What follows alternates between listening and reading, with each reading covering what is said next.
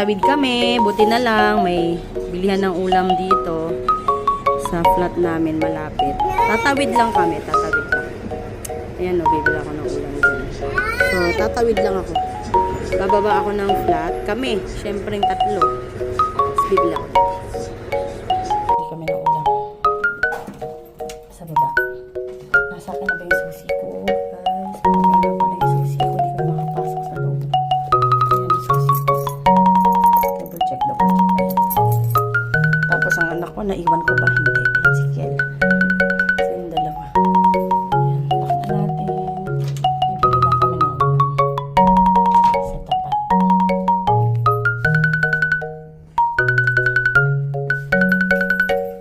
Na kami sa baba ng flat namin. Oh, andito kami sa baba ng flat namin. Bibili na kami. Saka ko na ipapakita yung flat namin kasi ibang vlog yun. Ayan. From dito, tas dun yung sa taas ng building namin. Tatawid lang kami dyan. Oh. Ayan na yung bilihan ng ulam. O, diba? Hindi na ako nagluluto, guys. Pag breakfast lang ako nagluluto. So, ayan ang kapaligiran. Tatawid kami doon. So, doon kami bibili ng ulam. Ayan. Kaming tatlo lang. Wala si JR kasi may pasok siya. Ano na, let's go. Tatawid tayo doon, nako. Pero dapat, hindi na ako makaka-vlog mamaya kasi syempre, mahirap. Hawak ko pa si Kiel. May hawak na ako mamaya. Kaya, yan, dito binivlog ko na siya. Pero baka kaya mabibili ko dyan. Buti naman sila third. Gusto naman nila yung mga pagkain dito na mga check. Kaya okay lang. Kaya good yun kasi hindi sila mapili sa pagkain.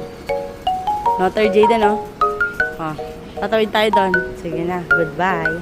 Mamaya ulit ang vlog. Ayun yung bahay. Oh, wait lang. Dito tayo bibili ng ulam. Okay, ulam nila. Tingnan natin to. Anong ulam nila? Opo, yun yung bahay natin. Anong gusto nyo? Ayun ang favorite nila, third. Para kasing kusino yun.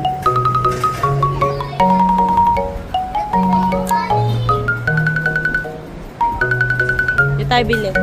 Kaya dun sa kabila. Tara. Third Jayden, tignan natin. Wait. Bibili tayo ng ulam natin.